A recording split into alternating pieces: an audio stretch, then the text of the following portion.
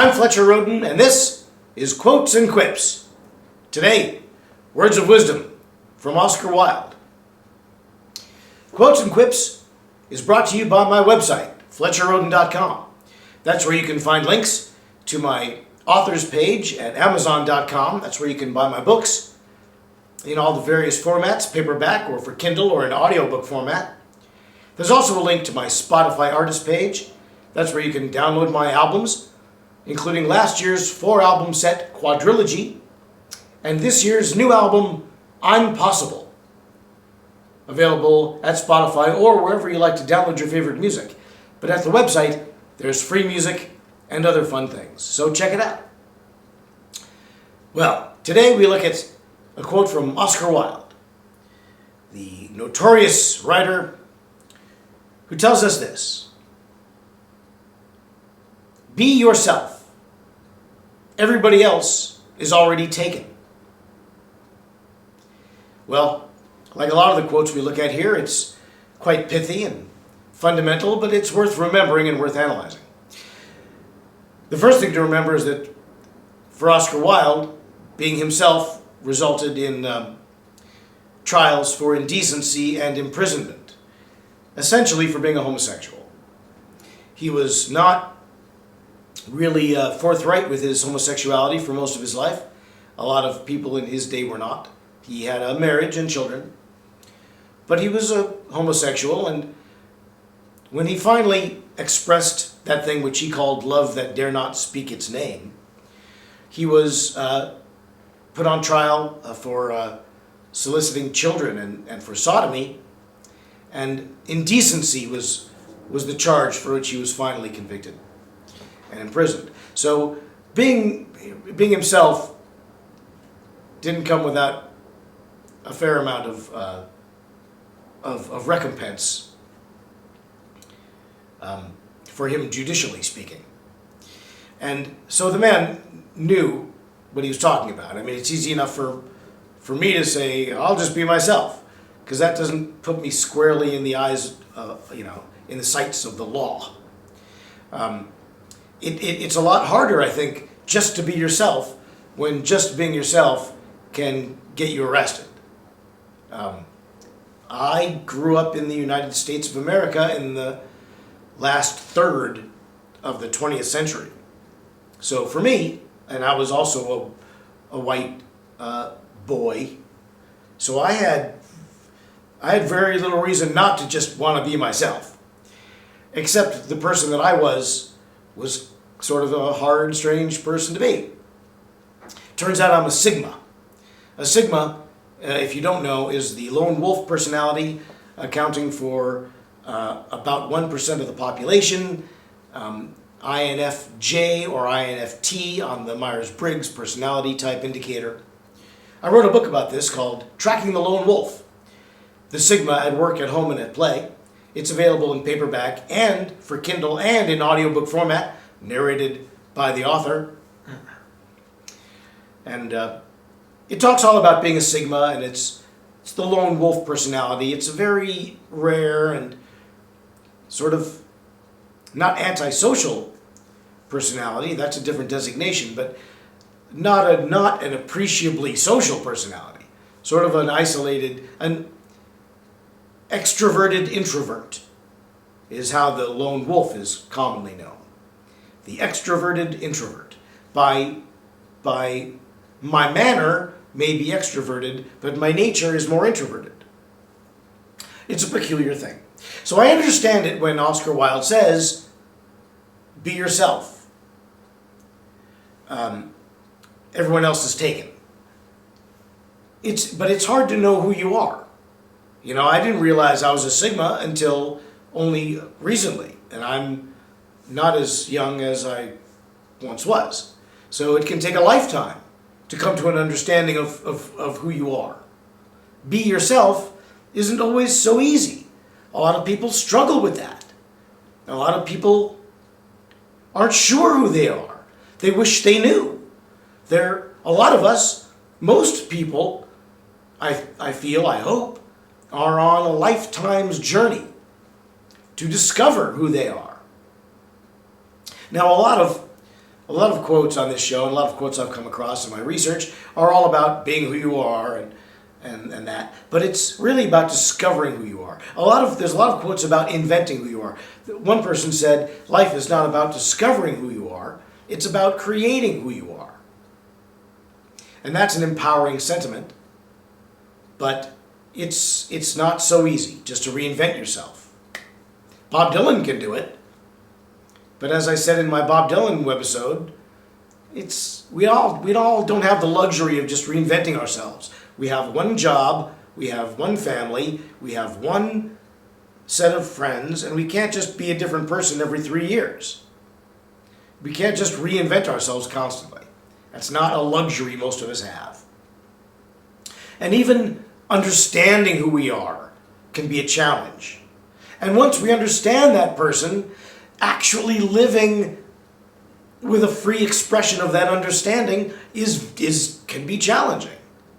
I'm not a homosexual like Oscar Wilde, but I am a Sigma, and that puts me in a comparable minority.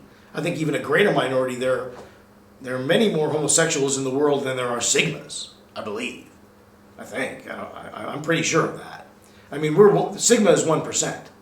So unless homosexuality is 1% of the human race, which I think it's significantly higher than that, then that puts Sigmas in an even more misunderstood and a greater minority. However, not illegal to be a Sigma. Not illegal to be a lone wolf. It's only been about 20 years since we've understood that word, that phrase. 20 years ago it was just alpha and beta, but now we know there's alpha, beta, gamma, omega, and delta and sigma. So these are new designations, but they're not illegal. So for me to be who I am doesn't put me in the same kind of crisis situation that Oscar Wilde found himself in. So when he says, be yourself, all the other people are taken, well, that's very pithy. The second part I'll get to in a minute, but the first part, that's hard-won knowledge. It's easy for a lot of us to just say, well, yeah, I'll just be who I am. A privileged white male in the United States at the turn of the 21st century. It's a pretty easy, good thing to be, frankly. But we all have our little challenges.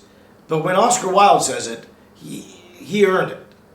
He went to prison for that. Not just for saying it. He didn't go to prison for saying it at all. He went to prison for living it. And that's a man you got to listen to. Then there's the second part. A lot of these quotes on this show that I look at, quotes and quips, are two parts. You can generally analyze them in 2 or 3 parts. This one is a 2-parter. He says, be yourself. Everyone else is taken. And that's very clever. It's very pithy. The second part of it, the first part of it is the challenging part. The second part of it, everyone else is taken, is just sort of clever. But it is pretty clever. Well, someone once said to me, and it's a quote I ripped off, it was, they say get a life. But how can you get a life? All the good lives are taken. And I thought that was really clever, but now I think maybe that person was aping Oscar Wilde. I don't really know. But these things do sort of seep in, and then they get transmorgified from one thing into another. We all drink a little bit of Napoleon's pee, they say. So, anyway, be yourself. Everybody else is taken. Now, how do we want to take that last part? Is it just being clever? Or is it everybody is taken? Everybody else is taken. What does that mean? They're taken. They're occupied. First of all, I think on the surface, what he means is don't pretend to be other people, just be yourself. Don't ape the mannerisms of others. Don't assume the personality of someone else. Don't personality mirror, he might say in this day and age. Don't go on to get along. Don't pretend to be someone else. Don't present a false front or a false face, a facade, which is what the narcissist does. You can read about all that in my book, Tracking the Lone Wolf. Don't do that, is what he's saying on the surface. But look deeper. Everyone else is taken. Everyone else is taken. What that means to me, what that says to me, is that everyone else is sort of owned. They're owned, and I think that's what Oscar Wilde meant, is that if you're not being yourself, you're not being free. Because everybody else isn't free. They're taken. They're owned by society, by basically the norms. I mean, by society, they're owned. Now, as a Sigma, I get that. Because I'm not taken. As a lone wolf type personality, I'm not owned. You know, I'm not connected so strongly to the things that a lot of people are connected to. Family and this and that, and all, you know, children and PTA meetings or things like that. I just don't live that kind of lifestyle. So it's easy for me to see what Oscar Wilde means. Everyone else is taken. They're owned by their lives, in a way. That if you're not free to be yourself, then you're not free to be. Then you don't have your own life. There is no freedom for you. Don't be taken by society.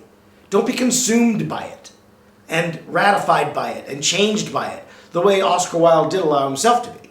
He did have a marriage, a beard marriage, and children, little mustaches running around. But he wasn't being himself, and he wasn't free. He was, at that point, he had been taken by the animal that we call society, by the beast, by the swarm mentality that we think of as human society. But Oscar Wilde, like a lot of artists, was probably a Sigma himself. And so he understood. You got to be yourself, because everybody else is taken. So live free or not at all. Don't be like the others, because they're in the swarm, and you don't want to be a part of the swarm if you're a lone wolf, because you're not a bee. All right, that brings us to the end of our analysis of Oscar Wilde's quote, "Be yourself. Everybody else is taken." It's pithy, and it gives us food for thought, like a lot of things we look at right here on Quotes and Quips.